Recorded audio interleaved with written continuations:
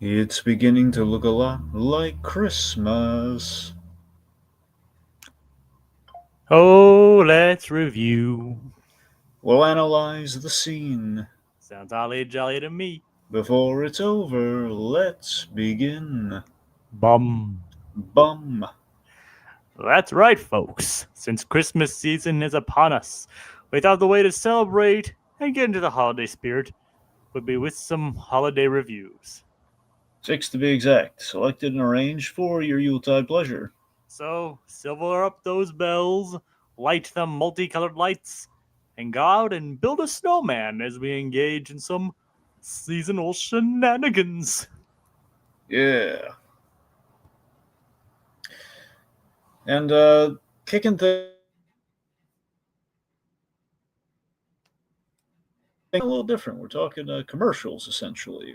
Kind of short slash commercials slash bumpers, however you want to frame it. We're basically talking Wallace and Gromit in light of the new ad for this year, which kind of signifies 30 years of Wallace and Gromit Christmas ads and bumpers and such. So, we want an excuse to have a Wallace and Gromit around the holidays and just dropped in our laps. So that's what we're doing. Oh, yeah. And not to mention that I know some people in Britain and specifically Wales, and Wallace and Gromit is like a Christmas tradition for for that area. Like like as a whole, like Wallace and Gromit is like watching Wallace and Gromit is a Christmas tradition, so it makes sense why they're associated with Christmas so much. Yeah. And heck, even here we got Vengeance Most Foul Christmas last year. Mm-hmm. So somehow it's kind of interesting that these two are kind of inexorably linked to the holidays. Yeah. So I mean, look, we love Wallace and Gromit. I mean, Jacob does one of the best impressions of Gromit you've ever heard, like in your life. I mean, it's like Jacob. Look, you have to. There are a lot of things Jacob doesn't do right, but the thing he does expertly, the thing he is beyond compare with, is his Gromit impression. I'm doing it right now. See, it's shockingly uncanny. It's like Gromit's in the room right now. It's like he's on the call. Yep. Anyway, so we love Wallace and Gromit, but yeah, the UK especially, they go nuts for him. And Well, I just, which makes sense. It is British after all. yes, I find It's it bit cracking. cracking, yes, and a cracking Christmas. Mm-hmm. And speaking of impressions, I think Ben Whitehead has basically done a good job taking over for Peter Salas. Well, yeah, It's like a lot of people are even saying like he's kind of stepped into his own, and it almost sounds like Peter Salas never left. pretty much. So yeah, I think he's done a cracking good job. Yep. So, it's delightful to see these little holiday interstitials. I just find I found them all so seasonally charming. I saw this and I saw there are other ones, but I kind of looked into how far back it went. And that's kind of what kind of led us down the rabbit hole that we're here. So as far as background goes, not there's a lot, but roundabout way is that per what Jacob kind of cemented here, folks. Wallace and Gromit, the shorts, the famed Wallace and Gromit shorts, like Grand Day Out being the first one. It I want to say it premiered after it hit the film festival circuits. It premiered on TV in the UK on Christmas, either on Christmas or around in December. But I'm pretty sure it was like at Christmas, and massive success because people would watch it. And of course, kind of skyrocketed, very, I guess pun intended, skyrocketed. Wallace and Gromit, to success beyond compare, and made them kind of household names. And then basically every short after that premiered basically on Christmas, and that then kind of led to the bumpers as like a way of advertising, kind of cross promotional advertisement. With these little. They used to be on the BB. I think it was like BBC Two. Basically, you had this anthropomorphic kind of like this basically this very Luxo esque two that would jump around and it would be very cute and like like messing And around when they're doing holiday stuff. usually messing with Gromit. Oh yeah, it's always something messing with Gromit. I mean, it's the robotic dogs, it's the gnomes, it's the, the the, the chicken. chicken. It's the yeah, it's everything. Bunnies. Sheep. Yeah, everyone loves messing with that dog. Yep. Anyway, so basically, from what I understand, like around the holidays, it's as big as Doctor Who, like around Christmas. It's like the only thing that rivals Doctor Who's popularity around Christmas. And considering it hasn't been around as long as Doctor Who, and the fact that if you there's only technically like 4 shorts and 2 movies, Mm-hmm. and a couple like miniseries and commercials, that's saying something to Wallace and Gromit's staying power. Oh, without question. I mean, they saved Wensleydale, man. It's like, not even Wensleydale. I like Wensleydale. Cheese. God I'm bless. sorry, Gromit. I'm just crackers about cheese. God bless Wallace. Yeah. I was always charmed in the at the making of Wallace and Gromit that they actually ended up saving Wensleydale. Yep. I heard just found that so adorable. like Wallace and Gromit is so popular it saved cheese. Yep. Anyway, so basically, starting from '95 onwards, it kind of begat this. Again, not an annual tradition. I mean, I'm sure like they play year round. I'm just saying in terms of new ones being made, there was kind of there's gaps in between, but basically it began this 30-year tradition of sorts. Started as the bumpers to a few shorts to the ad. Nowadays it's just kind of ads, but they're still really cool ads, which we're going to break down. So, folks, these things go by like that. So, I guess just to they kind of set the stage. Again, it's going to be a little different than what we usually do because it's just basically ads and kind of a series of stuff. So I guess just more of an overview, in an overview capacity. We're going to talk about the indents and the bumpers, just kind of overall. So like we said, you got a number 2 for the BBC Two causing mischief. All the way back in '95.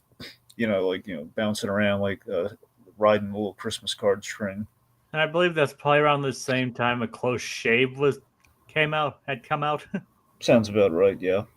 Because I either that or was like I'm not sure of like the exact years. It could have been the wrong trousers, but I can't write that. I think the wrong trousers didn't the wrong trousers come before Close Shave. Oh yeah, the original trilogy. Well, I mean, there's only been 4 shorts, so it was like A Grand Day Out was the first one, then The Wrong Trousers, and then The Close Shave, then Curse of the Were Rabbit, which is obviously the movie, the first movie, then Matter of Loaf and Death, and then Vengeance Most Foul. Okay. But Anyway. I can check the time for when, or the year when Close Shave came out. Cookie S says, I knew that there was a new Wallace and Gromit film last year, which I watched, but I didn't know there was any other Wallace and Gromit stuff recently. Yeah, I was kind of surprised to a few of us, Cookie S, where, it's the, they've been doing these ads apparently. I've seen a couple of them historically, but not. I didn't know like it was like an annual holiday thing. I just thought it was. I saw like one of the ones we're going to talk about before this year. So yeah. Yeah. So, so apparently A Close Shave did come out in '95. There you go. Okay, so again with the little the BBC Two logo, which is this number 2, we just did plasticine. It's like it's bouncing around like we light like Christmas trees. Admittedly, that one was always a little creepy to me because there's something just kind of like we're kind of holding on it because it's a bumper, but it's just like Wallace kind of has a creepy look while he's kind of vaguely electrocuting the 2. If you just darkened like the screen a little bit, you could easily turn that into like a horse. Very easily. That wouldn't take much. Yeah, I mean, I did think it was kind of weird how long they were holding onto that, and it just looked kind of like almost uncanny. Like, well, that's the thing though. It's kind of weird. They have to do that to kind of pad out like the bumper, but because of that, it makes it a little uncomfortable. It's like all they need to do is like overlay some creepy music, and they've pretty much got a horror scene. Yeah. Anyway, so again, it's a roundabout way. Then we have basically in 2008, we they're kind of brought back on BBC One. It was kind of like, hey, the grand return of Wallace and Gromit doing the little new bumpers and everything. Where they went from 2 to number 1, which I believe was for A Matter of Loaf and Death. That's when Matter of Loaf and Death came out. Yeah. So So a lot of these adverts weren't like obviously created when like in preparation for the new short and the new movie. Yeah, I remember too with the original ones. It was always like, it was like event television before it was like the advent of the internet. You know. I mean, yeah, Wallace and Gromit, even like with the when the first one came out, it was like it was a huge milestone. It was like a huge cultural touchstone. Mm-hmm. And I still find the story funny that like the fact that it became popular in the U.S. is completely by accident because Nick Park accidentally left his some of the figures in a taxi or something like that. So so yeah, there's that. So that's a fun accident. But yeah, and the 2008 one was pretty interesting considering it's just Wallace getting stuck in snow and then Gromit doing a loop de loop on a couple of snowbanks. Yep. So again, simple but charming. So in '04, with A Vengeance Most Foul, we get the, we kind of bring it back again. We have, honestly, I think the most charming one. We have like this, it's them. Do you remember what the gnome character's name is again? No, let me.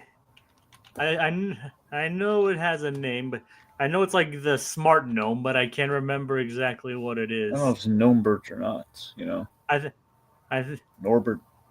Norbot. Norbot, that's, yeah, there you go. So Norbot, it's them and Norbot, kind of like, they use like the little train around the, basically usually have like a train around the Christmas tree. They've rigged it so it's like a footrest, and they're all like drinking cocoa, watching TV, sitting on the couch. Oh, I love that one. Yeah, Very cute. that was an alternate choice for the thumbnail, but That's the thing. I was kind of leaning towards that, but but considering the main focus of this year was the new Barber short, I decided to go with that one. All right. So then we have like the tree lighting and some ice sculptures, which also had feathers. The quote unquote chicken. Yeah. Like it was Norbot trying to put the cap, like the glove cap on it, but it Yeah. keeps popping off. Yep. Yeah, the English are mighty suspicious of chickens. Let's be honest. Penguins, though, perfectly fine. Oh yeah. That's not a penguin dragon. That's a chicken. Yeah. It's like the pilot of courage. Yep. Yeah. So I guess moving forward here, then we're going to get into kind of the proper shorts and ads and stuff. So I guess the first one's kind of essentially a short from the Cracking Contraption series they did. And it's like the Snowmanatron. Or the Snowman-O-Matic, was it? The Christmas Card-O-Matic. All right. The Christmas Card-O-Matic. Yep. I mean, look, there are other wintry ones I figured we'd focus on Christmas because, the snow, which is nice, but, the Christmas Card-O-Matic is basically, it's this, it's we have Gromit in a bird suit in front of this winter backdrop. Specifically turkey. Yeah, yeah. Well, I mean, they look more bird-like than turkey-like, but I think that just might be a limitation of the plasticine. I'm not sure. Yeah, I'm pretty sure it's supposed to. Maybe it is supposed to be bird, just a generic bird, but it just really looks like a turkey. I guess it is kind of missing the little glottal, though. Yeah, that's the thing. So it makes me doubt it's turkey, but I don't know. Okay, we have a fowl of some kind, not vengeance, but just a fowl. And it's Gromit. He's Wallace taking his picture, and we have Wallace's Christmas card, Omatic, which is oh my god, it creates Christmas cards in a conveyor belt style, and it's just looking back, and this is the great thing about Wallace and Gromit. Looking back, these hold up so well because it's a throwback to the clunky process in which we used to do this, which was like Wallace is ahead of his time kind of thing. So it's like they're perpetually always covered when whether you're looking back or you're looking forward, it's the way Wallace invents. So it's just perfect. It's like a throwback that is just so accurate to the way in which everything was done. We had big clunky '90s, early 2000s kind of processing. He's mass producing the cards. Yeah. Well, it's like his way of basically, nowadays we do it digitally and like through like Snapfish or something. In this case, it's like doing it himself, and we see like the little glue mechanism and everything, which I love. And just the gag being really simple, like, "Oh, you'll never get a winter scene like that," and I, like and then everything. Gromit opens the curtain and sees a bunch of them outside. We just see a beautiful natural like winter backdrop outside, and, like the birds are waving at him, which is always cute when like the little animals wave at Gromit. Yep. Yep, and it's your turn to lick the stamps, old boy. And Gromit just doesn't clearly want to do that. Well, by definition, he can't. Yeah, because he doesn't have a mouth. Mm-mm. Well, how does Gromit eat without a mouth? Well, it's like how does Bane eat? Through his mask, I guess. Well, I mean through his eyes, probably. Are you saying Gromit eats through his eyes? I'm, like, I'm not saying he eats like full. I'm saying that it's like okay. So when Ryan Reynolds, and I guess Scott Adkins, the stunt guy, but let's just say Ryan Reynolds, particularly when he was stuck doing X-Men Origins Wolverine, not so much the first half was the first 20 minutes of that movie is great. End of that movie terrible. A lot of that movie's terrible. At the end of that movie, particularly, in the end of that movie, we do the like the complete wrong version of Deadpool. Poor Ryan Reynolds and Scott Adkins, their mouth is sewn shut ostensibly. So they're basically they have like there's like an eye dropper that's like hydrating them. So I mean that's essentially look, Bane. The way I see it, Bane only has like three ways of I guess you get four ways of feeding Bane. Okay, none of them are pleasant. Okay, one you do it like the X Men Origins route, in which you're basically using like these eye droppers to keep them hydrated and everything until the water's getting in there. Logical ways, well, I guess Bane has to do intravenously, like an IV drip or something. Yeah. Third way, the I always okay, so you could do it like a straw through like one of the holes in the mask or something. Like protein shake or something. Yeah, like a protein shake or something. The funny way I always like to think of it. Oh no.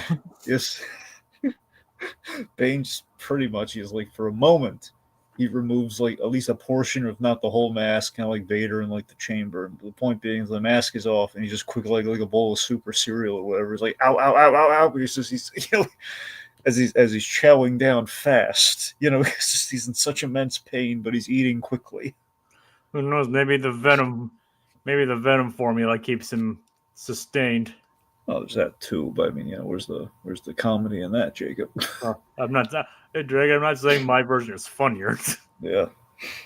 I'm just offering probably a more mundane, boring solution. I think it's probably intravenous. So it's probably like an IV. That's most likely how he eats. It's probably like that scene from Dexter's Lab where it's like, or we have like, remember Old Man Dexter? Yep. It was always here's the thing. Well, looking back as a kid, it was horrible. We look back now. Oh man, it's so messed up. He's like, oh, applesauce. Yeah. I'm not saying your version is worse. Your version is definitely funnier. Right. Just the image of Bane taking off his mask and then just like basically pouring soup down his throat. Oh yeah. Yep. Okay, let's see. Apparently, according to Little Blue, that there's a test footage of Gromit when he had a mouth and by smiling. I don't know about you, Dragon, but the thought of Gromit having a mouth just seems wrong. Sick and wrong. He just works so well without a mouth. Yep. So, which one do you want to talk about next? All right. So next, we're going to talk about the 2015 ads. In 2015, they had a Google Hangout ad. Now, this one's kind of very cyclical for us. So Wallace, logically, and this is the other kind of thing that's very time-tested with the characters, that, logically, Wallace is very forward-thinking, he's all for modernization, even though he does it in a very kind of clunky, cartoony style. But he would absolutely be on board for Google Hangouts, any advancement, really. So this is a cute way of, it's a little antiquated now given where we've gone. But the point being, Google Hangout and what they're advertising here is very much a precursor to the Zoom call and everything else. Not that Zoom probably wasn't around in some form, but you know what I mean. It was like under a different name or something. Always Google Hangouts kind of had a much more applicable version of Zoom. A little fun background gag with this one is like when they go from the woman from the chicken, that Gromit hides behind his back. I love that joke so much. So we have yeah.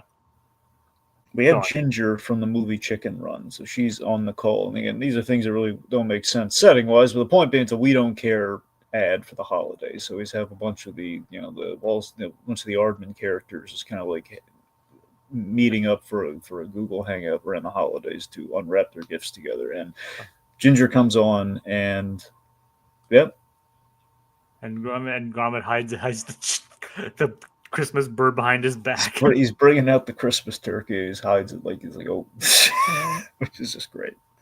Well, yeah. Or I found the soundbite. We don't care. There we go. Yeah. Like so he hides it. So basically, this is as you mentioned, this is a crossover between like a lot of Aardman works. Yeah, and also I just want to point out just the English Christmas touches that we never really see or really talk about that much, for like the Christmas crowns and the little chain decorations. They do have. It is kind of neat to point out that England does have, and that area does have different Christmas customs than we in the U.S. do. Yeah. Like, I didn't know about the Christmas crowns or even really the Christmas crackers. I have only seen if I want to say, when you say Christmas crackers, you mean like the little pool thing, right? Yeah. So with the Christmas crackers, if memory serves, I could be wrong here. Traditionally, again, we see later on, we see a Christmas cracker that's has a little too much oomph in it. But before we get there, I think the way the Christmas crackers might work is that you pull the cracker and out comes the crown that you put in your head. Yeah, I think I've heard something along that line. Here's why I think that, because the only time I've seen like the crown and the cracker was Ed and Eddie Jingle Jangle Jingle. Huh. Wait, Jingle Jangle. Wait, hold on a second. Yeah, was that what the Christmas one was called? You know, like Jingle Jangle Jingle. I have no idea. Really? Yeah, but I can. Okay, well, the point being, there was the Canker sisters were celebrating amongst themselves, and they had the Christmas crowns, and they had like these little party popper things, which I didn't know were called crackers, which makes sense. And once they did that, that's how they got their crowns. So I'm kind of linking the two there. I mean, it could have been done just for cartoony physics, but I don't know. Jingle, jingle, jangle.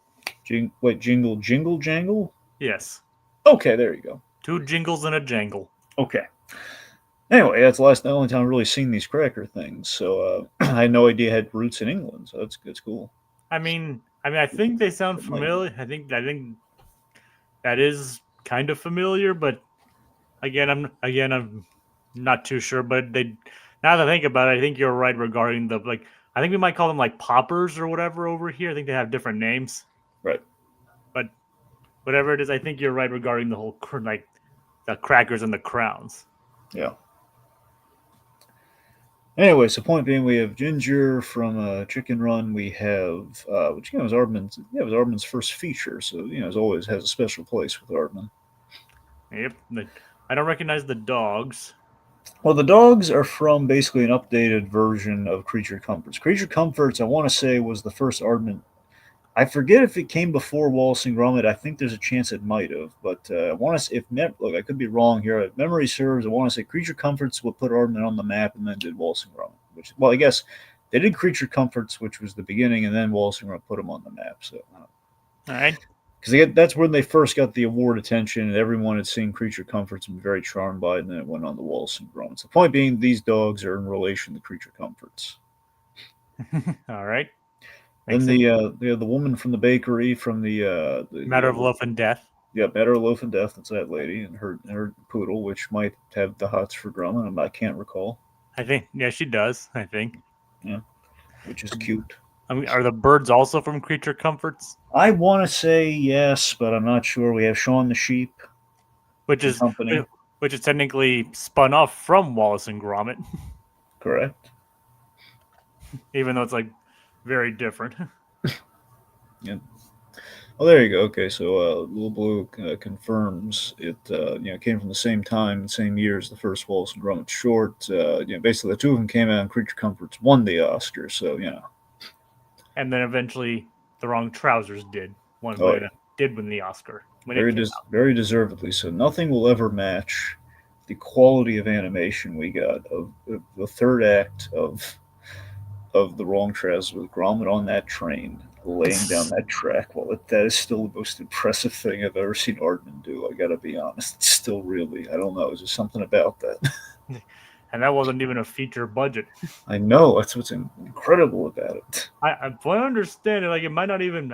I don't know how like if they even had to do like do anything like too technically advanced to achieve that. Well, no, I mean, that's the thing. It's kind of like sometimes you have those eureka moments in animation that we're lucky enough to capture on film, where you have it's like Gromit in the train tracks, or it's Buzz and Woody doing the falling with style mode, where you see it almost looks like live action, despite the limitations of '95, where they go up and we see them glide.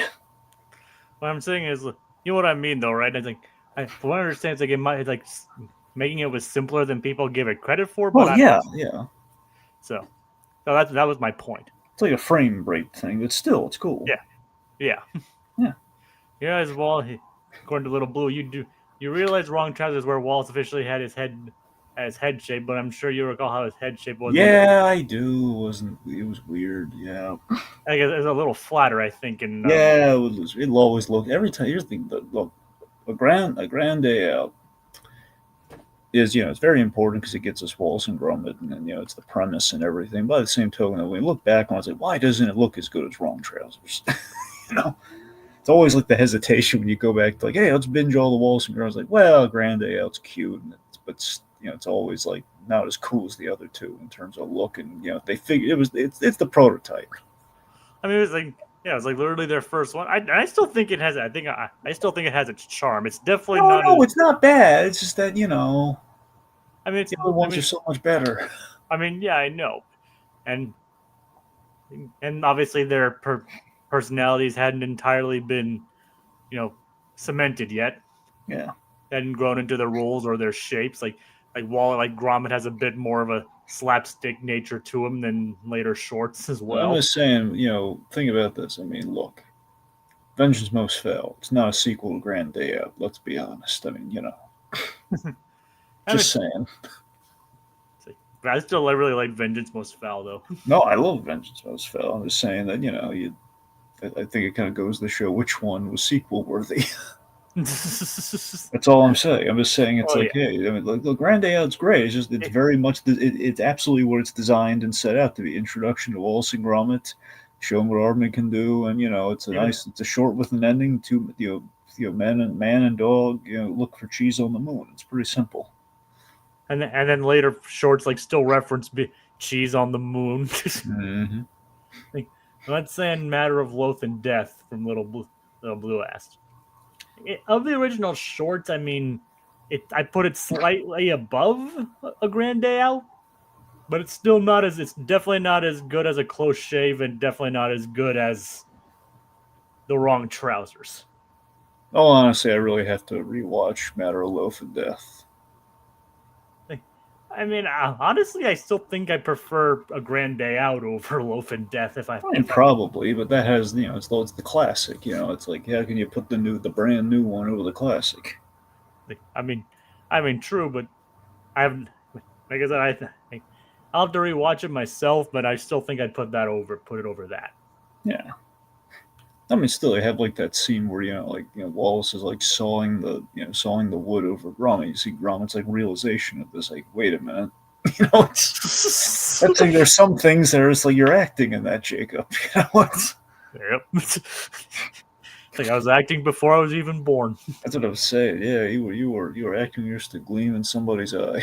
Like I didn't even exist yet. You sounded just like Wally Shawn too, which is even more impressive. I was like I didn't even exist yet. Nope.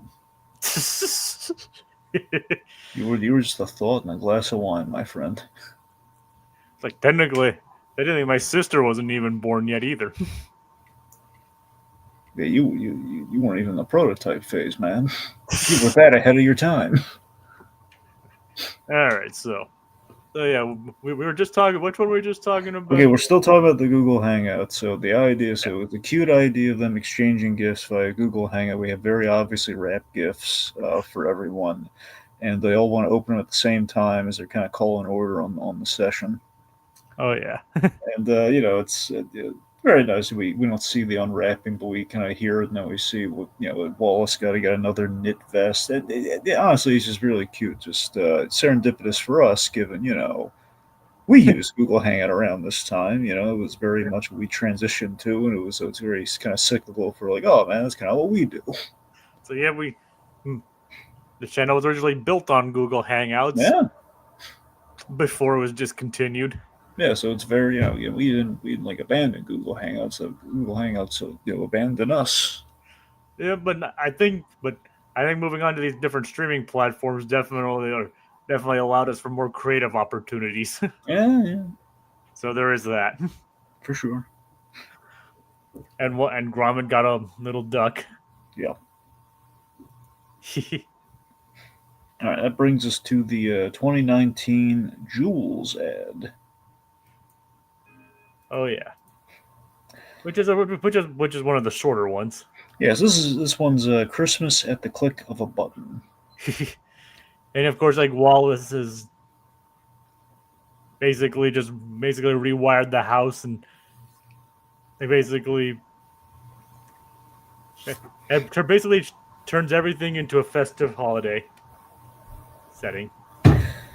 Yeah, yeah, it's basically walls decorating with the push of a button. Which again, but there's one short I wasn't lucky enough to find because I couldn't. I had a little trouble with it, but essentially it was good though. I just want to highlight it here because I thought it was in this one, but it wasn't. It's basically this gag where it's very. It sounds like just based on the title, it sounds like it could have been this one, but it's not.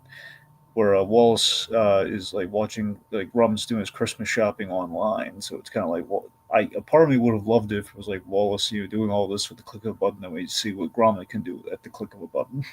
I mean, I couldn't find that one. I didn't see that one either in any of my searches. Yeah, but it's take my word for it, folks. It's cute. Yeah, but I do like this one, where especially at the end, where it turns out he made Gromit a Christmas decoration. Yeah, made Gromit like initially I thought it was a Christmas angel, but it's like the Christmas fairy. Yep, and then he apparently magics up some presents which fall onto Wallace. Yep, which that was another very charming thumbnail kind of visual too. Just like Wallace like his head popping out all the packages in the decorated room. But yeah, it's nice. And the little twinkly Christmas lights above his head. Yep. Yeah, there's a lot of good options to go with for this one. Yeah, that brings us to 2020 DFS A Comfy Carol. This one was really great. Oh yeah, and it was actually a lot shorter than the other ones too. Like almost, but I love the idea of like Wallace making a like called the Euphonia, where he like made Christmas carols out of making sheep bleat. Yep. Basically doing deck the halls with sheep. Ah. With Gromit's feeling cold, and they've been caroling all night, all these houses, and he's kind of freezing. But we see just this cozy vision of inside with Coco and warmth and company and everything. So, And then Wallace actually takes him inside. which just they're invited inside and just getting warm by the fire with Coco. It is as cozy a scene, as comfy a carol as you'll ever see. It's the Christmas carol's fantasy. Yep. And it is actually nice that Wallace is being attentive to Gromit in this one. Yeah. Usually he just like goes forward and barrels through without concern for Gromit, but here he's actually like saying, "Hey, why don't we go inside for some cocoa?" Yeah. Which is just adorable. Yep. That brings us to our last and kind of a headliner. The Barbour ad. Yes, the Barbour ad. Which is like the longest one of the longest ads. Yeah. So we have this one features the Gift-O-Matic. So first of all, I love the design of the Gift-O-Matic. Yeah, it's a simple design, but it looks like a movement. It's just like a little All of Wallace's inventions essentially are a simple design, usually with gloved hands, but it's delightful. Well, it makes it easier to animate. Yeah. like, but like it looks like a little robot present. You know, I gotta be honest. I think the reason I love the gloved hand, is because of my deep seated affinity for Inspector Gadget. I really think that's why. I think it's because of like this. The Gadget structure is like it's gloved hands. Whenever you see the extended arms. Like I love how it looks like a little robot present, like a little robot present with a face. Yeah. it's just so adorable. So Yeah. so basically, we see Wallace demonstrating it. So he's like, he shows the wrapping function. We have like a tea kettle and cups and a whole tea set on a table. And the whole thing gets wrapped really impressively. Yep. We see it launches the gifts for the giving part of the function. Then we have dispenses crackers, and these crackers are a little supercharged, which probably has a crown thing in it. Yeah, but it just launches Gromit through the wall of the house. Yep. Goes Gromit through the wall. Jacob, how did you do your own stunts on that? Well, it took a bit of training, Dragon. Like they actually had some. They actually offered a stunt person to do it, but I do all my own stunts. Yeah, you're the Tom Cruise of plasticine, Jacob. Pretty much, yeah. So it's like I was like, and they didn't fix it in post. We had to do it in one take. Hmm. It's like it was like we only have a limited amount of these things, so you have to get it right this one time. All right. So Yeah, it looked like it might have hurt. it did, but fortunately, the chair took the brunt of the impact. Well, that's what's important. Yes. All right. So anyway, they exchange gifts. Gromit's not wrapped as fancy, Nope. and we got each other. They both got each other some nice Barbour scarves. Which is like, hey, look, I don't usually wear a lot of scarves, but this kind of makes me want to get a scarf. Right? It's a nice looking scarf. I still think like the best scarf I've ever seen, the best scarf giving moment I've ever seen in anything was Muppet Christmas Carol. You mean when it's wrapped around Kermit No. or Ebenezer Scrooge? Yes. All right. When I seriously, my favorite moment of that whole movie is when it's just it's some of the great Michael Caine acting, and it's just this perfect moment. It just symbolizes the arc and everything just flawlessly.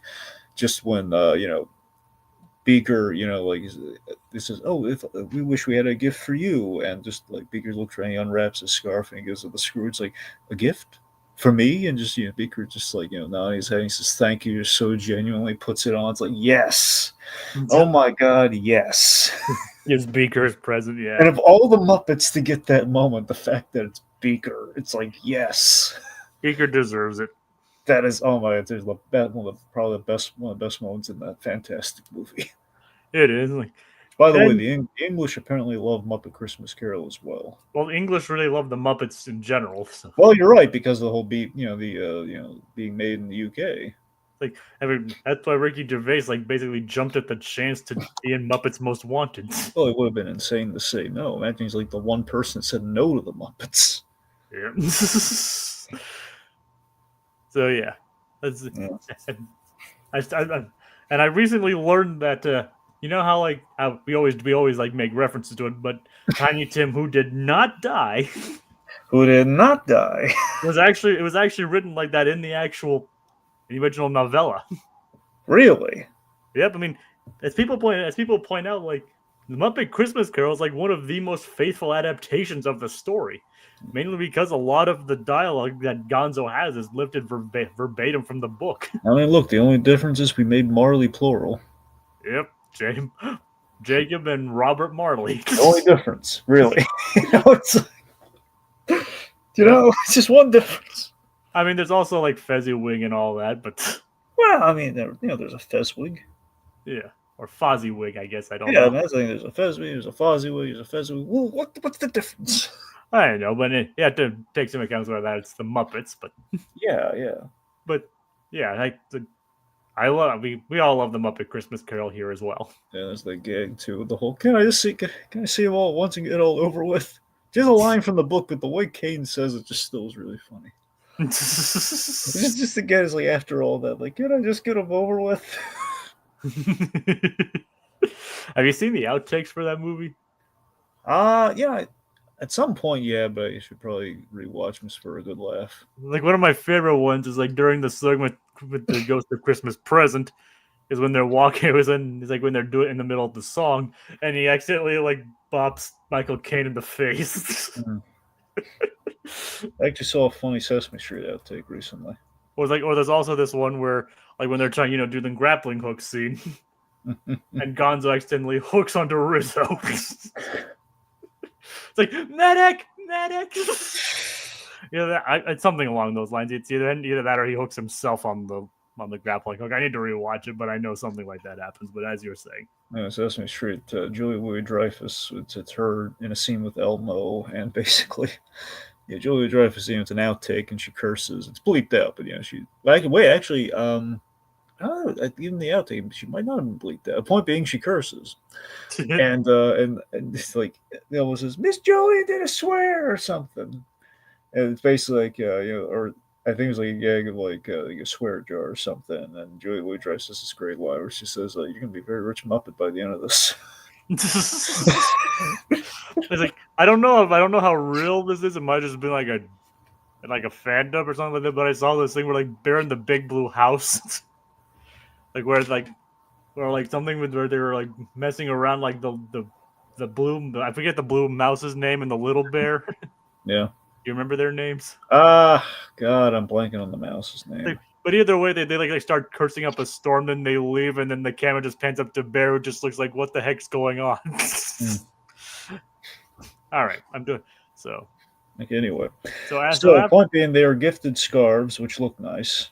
Yep, nice and cozy looking scarves. And to open the gift, Wallace has used the unwrap function on the Gift-O-Matic, but and naturally it goes wrong. Yeah.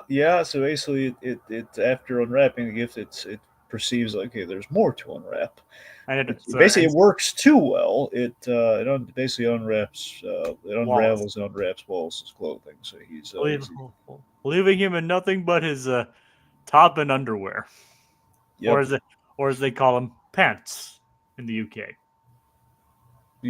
They're just called pants. They're just called pants in the UK. Yeah.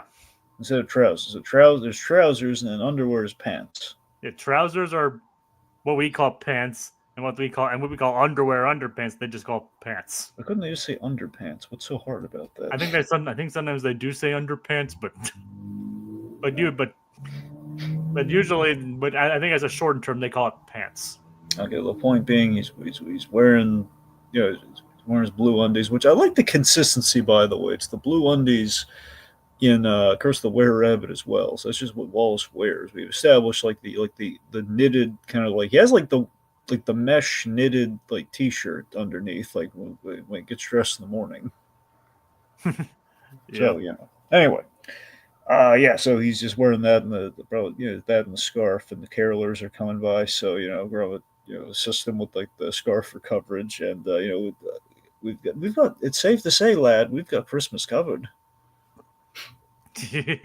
At least something's got you covered. There you go. At least someone's got Christmas covered. Yep. It's another nice cozy short. Yep. And that's pretty much it. We're pretty much caught up as far as we could find easily, at least. I mean, there might be some spots in there, but if so, we're sorry. We can only work with what we can find easily, and we didn't cover the snowman because it wasn't Christmas. It was just cool. And fortunately, a lot of this stuff is uploaded on like the Wallace and Gromit and Aardman YouTube channels, which again we've included in the links below. So in theory, they should be safe. Yes. Which, so yeah. Little Blue also agrees that that's on Christmas Carol. Muppet Christmas Carol is my all-time favorite movie adaptation of A Christmas Carol. Easily, I mean, I would concur with that. I really do think it's the best Christmas. It's the only, as far as the Christmas Carol, like which Christmas carols do you watch during the holidays? For me, Muppet Christmas Carol is numero uno. It's the must. If I have time for it, Scrooged, with Bill Murray as the second. I still haven't watched Scrooged. Not saying it's definitive, but it is fun. It's more like a modern day take on it, right? Yeah, well, yeah, well, it'd be modern day, circa like the late 1980s, but yes, Well, modern as in when it was made.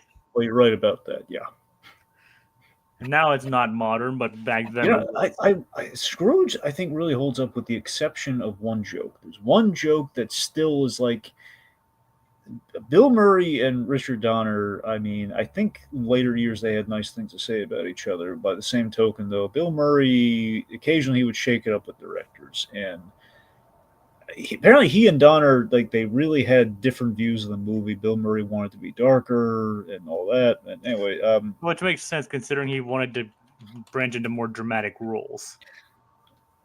yeah, well, maybe I don't know about how true that. I don't really wanted to fully do drama, but we know he ultimately did drama, so I don't know how much that was intentional on his part. Maybe you're right.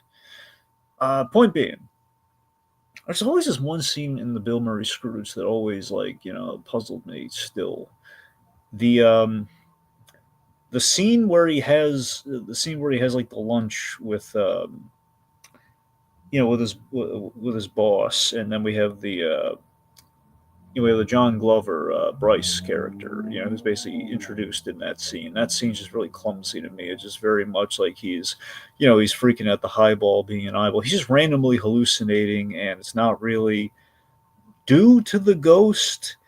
I mean, we know the ghost is coming when he walks out from the lunch, but it's like the whole scene is just random and dark and freaky, and it's like he's like putting the guy he thinks is on fire. Like none of this really makes any. It's like if I could cut one thing out of the movie, I think it'd be perfect. I really do. If you just cut that scene out, because we don't really learn anything. We're gonna meet Bryce later. That's the only thing we introduced. We were warned about this Bryce guy, and then we actually see him. But it's like if we just introduced him at a later scene in the movie, it would flow so much better. I think it's like it's the one knock I have against that movie. It's one scene.